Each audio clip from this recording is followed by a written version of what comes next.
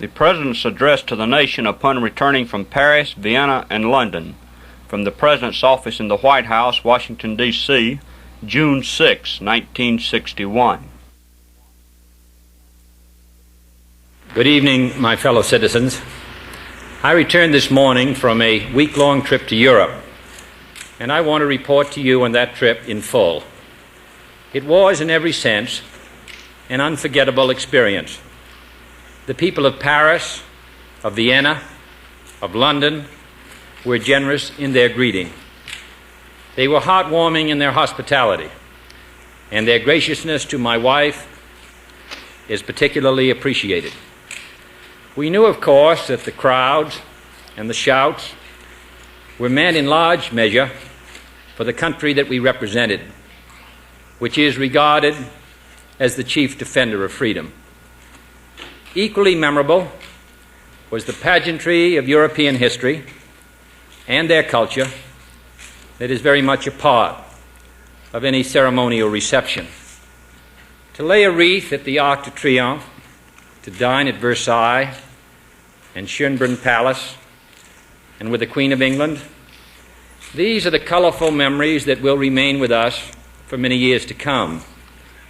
Each of the three cities that we visited, Paris, Vienna, and London, have existed for many centuries, and each serves as a reminder that the Western civilization that we seek to preserve has flowered over many years and has defended itself over many centuries. But this was not a ceremonial trip. Two aims of American foreign policy, above all others, were the reason for the trip. The unity of the free world, whose strength is the security of us all, and the eventual achievement of a lasting peace. My trip was devoted to the advancement of these two aims. To strengthen the unity of the West, our journey opened in Paris and closed in London. My talks with General de Gaulle were profoundly encouraging to me. Certain differences in our attitude on one or another problem became insignificant in view of our common commitment to defend freedom. Our alliance, I believe, became more secure. The friendship of our nation, I hope, with theirs became firmer. And the relations between the two of us who bear responsibility became closer, and I hope were marked by confidence. I found General de Gaulle far more interested in our frankly stating our position, whether or not it was his own, than in appearing to agree with him when we do not. For he knows full well the true meaning of an alliance. He is, after all, the only major leader of World War II who still occupies a position of great responsibility. His life has been one of unusual dedication.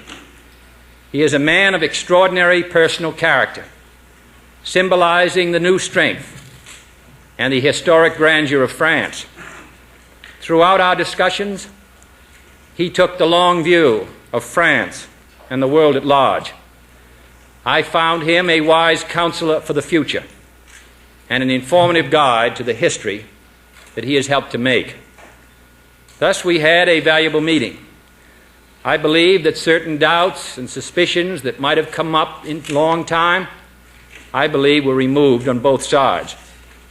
Problems which proved to be not of substance, but of wording or procedure, were cleared away.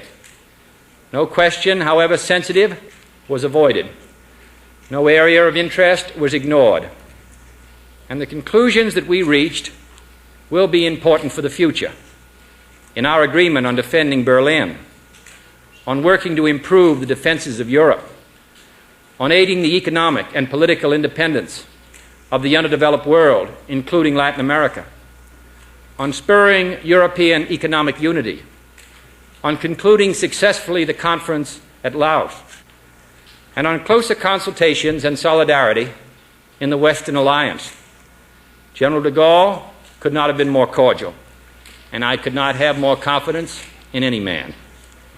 In addition to his individual strength of character, the French people as a whole showed vitality and energy, which were both impressive and gratifying. Their recovery from the post-war period is dramatic. Their productivity is increasing, and they are steadily building their stature in both Europe and Africa. And thus I left Paris for Vienna with increased confidence in Western unity and strength. The people of Vienna know what it is to live under occupation, and they know what it is to live in freedom. Their welcome to me as president of this country should be heartwarming to us all. I went to Vienna to meet the leader of the Soviet Union, Mr. Khrushchev. For 2 days we met in sober, intensive conversation, and I believe it is my obligation to the people, to the Congress, and to our allies to report on those conversations candidly and publicly. Mr. Khrushchev and I had a very full and frank exchange of views on the major issues that now divide our two countries. I will tell you now that it was a very sober 2 days. There was no discourtesy, no loss of tempers, no threats or ultimatums by either side. No advantage or concession was either gained or given. No major decision was either planned or taken. No spectacular progress was either achieved or pretended. This kind of informal exchange may not be as exciting as a full-fledged summit meeting with a fixed agenda and a large corps of advisors where negotiations are attempted and new agreements sought. But this was not intended to be and was not such a meeting, nor did we plan any future summit meetings at Vienna. But I found this meeting with Chairman Khrushchev, as somber as it was, to be immensely useful. I had read his speeches and of his policies. I had been advised on his views. I had been told by other leaders of the West, General de Gaulle, Chancellor Adenauer, Prime Minister Macmillan, what manner of man he was. But I bear the responsibility of the presidency of the United States, and it is my duty to make decisions that no advisor and no ally can make for me.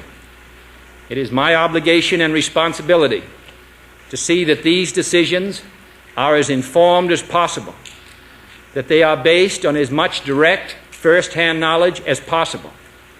I therefore thought it was of immense importance that I know Mr. Khrushchev, that I gain as much insight and understanding as I could on his present and future policies. At the same time, I wanted to make certain Mr. Khrushchev knew this country and its policies, that he understood our strength and our determination, and that he knew that we desired peace with all nations of every kind. I wanted to present our views to him directly, precisely, realistically, and with an opportunity for discussion and clarification. This was done. No new aims were stated in private that have not been stated in public on either side.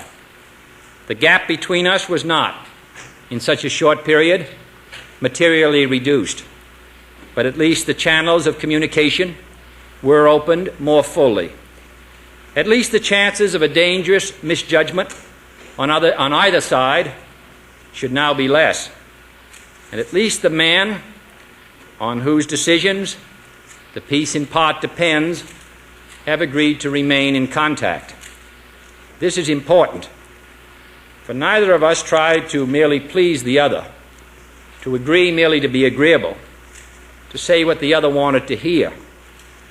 And just as our judicial system relies on witnesses appearing in court and on cross-examination, instead of hearsay testimony or affidavits on paper, so too was this direct give and take of immeasurable value in making clear and precise what we considered to be vital. For the facts of the matter are that the Soviets and ourselves give wholly different meanings to the same words: war, peace, democracy, and popular will. We have wholly different views of right and wrong, of what is an internal affair and what is aggression. And above all, we have wholly different concepts of where the world is and where it is going. Only by such a discussion was it possible for me to be sure that Mr. Khrushchev knew how differently we view the present and the future. Our views contrasted sharply, but at least we knew better at the end where we both stood. Neither of us was there to dictate a settlement or to convert the other to a cause or to concede our basic interests. But both of us were there, I think, because we realized that each nation has the power to inflict enormous damage upon the other, that such a war could and should be avoided, if at all possible, since it would settle no dispute and prove no doctrine, and that care should thus be taken to prevent our conflicting interests from so directly confronting each other that war necessarily ensued. We believe in a system of national freedom and independence. He believes in an expanding and dynamic concept of world communism. And the question was whether these two systems can ever hope to live in peace without permitting any loss of security or any denial of the freedom of our friends. However difficult it may seem to answer this question in the affirmative as we approach so many harsh tests, I think we owe it to all mankind to make every possible effort. That is why I considered the Vienna talks to be useful. The somber mood that they conveyed was not cause for elation or relaxation, nor was it cause for undue pessimism or fear. It simply demonstrated how much work we in the free world have to do, and how long and hard a struggle must be our fate as Americans in this generation as the chief defenders of the cause of liberty. The one area which afforded some immediate prospect of accord was Laos.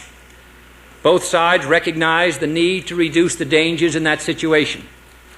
Both sides endorsed the concept of a neutral and independent Laos, much in the manner of Burma or Cambodia. And of critical importance to the current conference on Laos in Geneva, both sides recognize the importance of an effective ceasefire.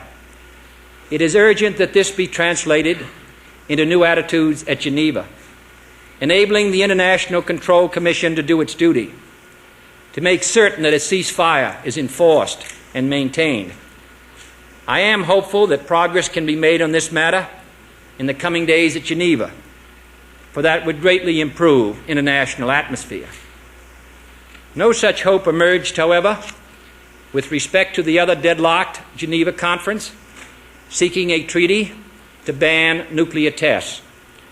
Mr. Khrushchev made it clear that there could not be a neutral administrator, in his opinion, because no one was truly neutral, that a Soviet veto would have to apply to acts of enforcement, that inspection was only a subterfuge for espionage in the absence of total disarmament, and that the present test ban negotiations appeared futile.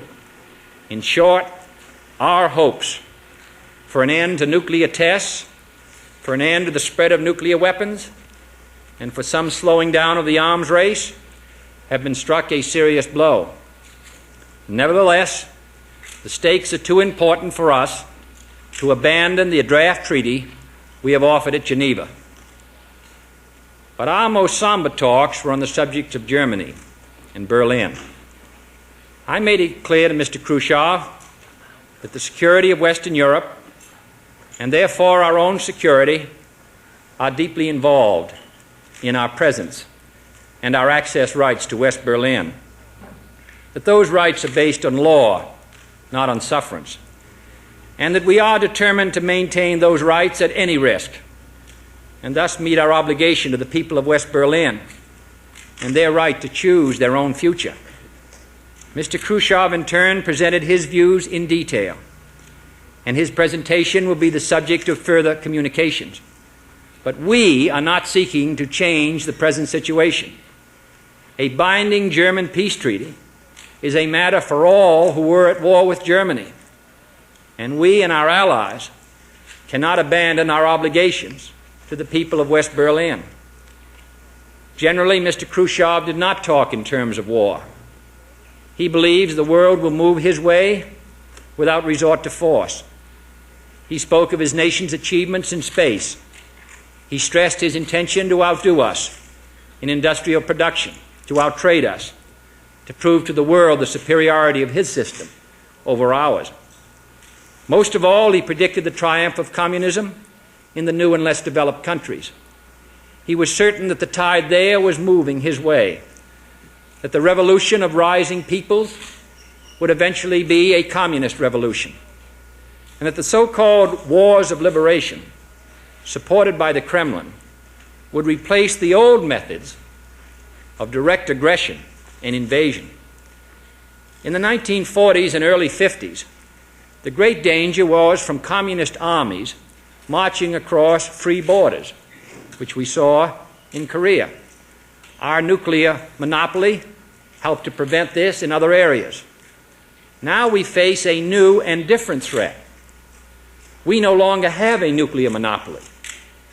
Their missiles, they believe, will hold off our missiles, and their troops can match our troops should we intervene in these so-called wars of liberation.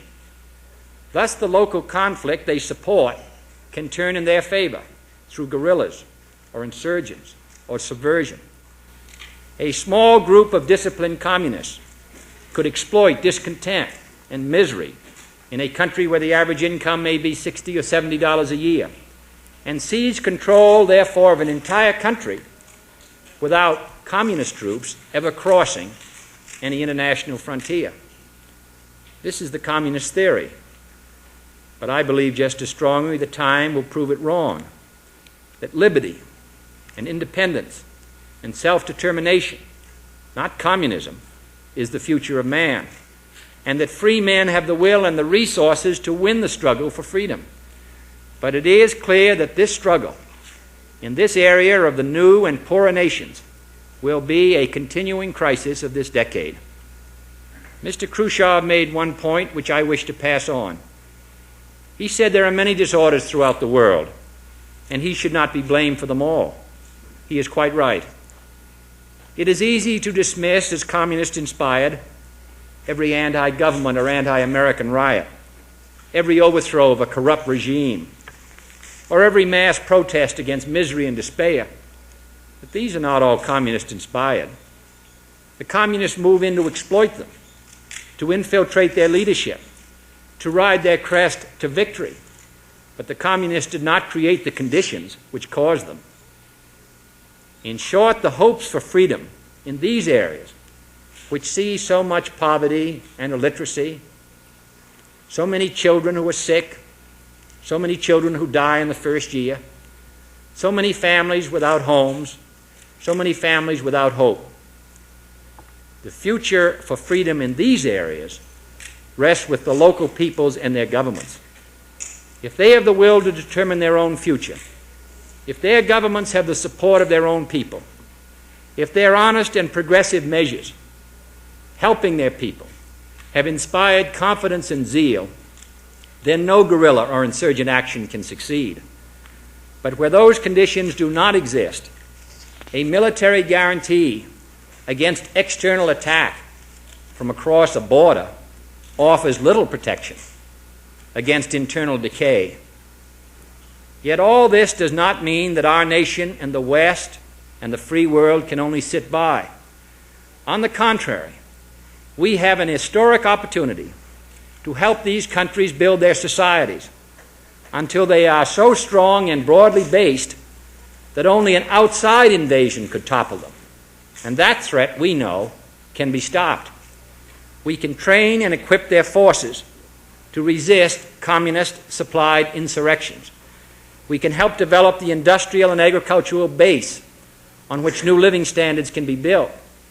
We can encourage better administration and better education and better tax and land distribution and a better life for the people. All this and more we can do because we have the talent and the resources to do it if we will only use and share them. I know that there is a great deal of feeling in the United States that we have carried the burden of economic assistance long enough. But these countries that we are now supporting, stretching all the way along from the top of Europe through the Middle East, down through Saigon, are now subject to great efforts internally, and many of them to seize control. If we're not prepared to assist them in making a better life for their people, then I believe that the prospects for freedom in those areas are uncertain.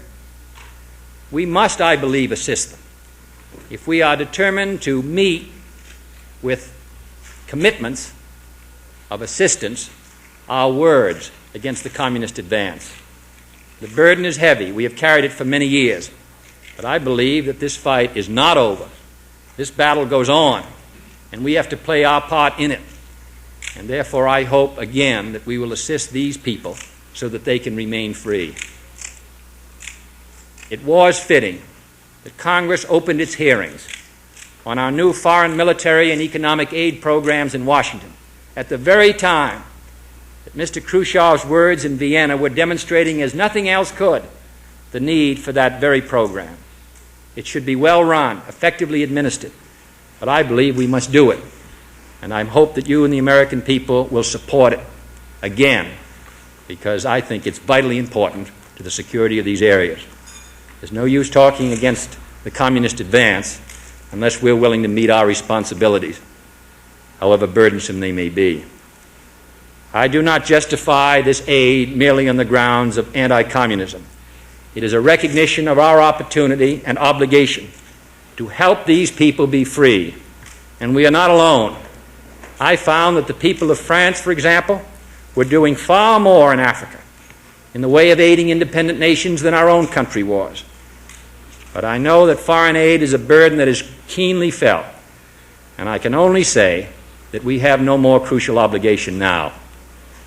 My stay in England was short, but the visit gave me a chance to confer privately again with Prime Minister Macmillan, just as others of our party in Vienna were conferring yesterday with General de Gaulle and Chancellor Adenauer.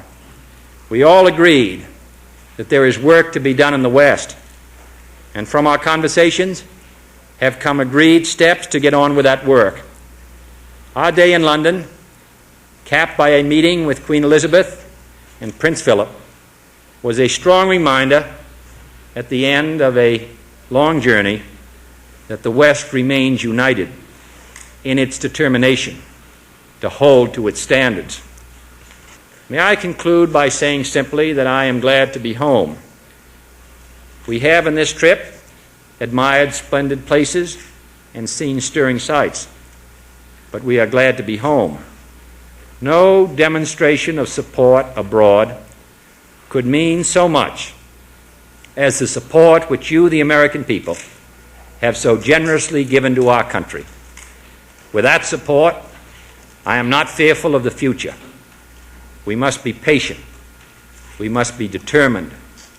We must be courageous. We must accept both risks and burdens.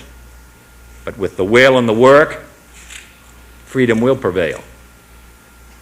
Good night, and thank you very much.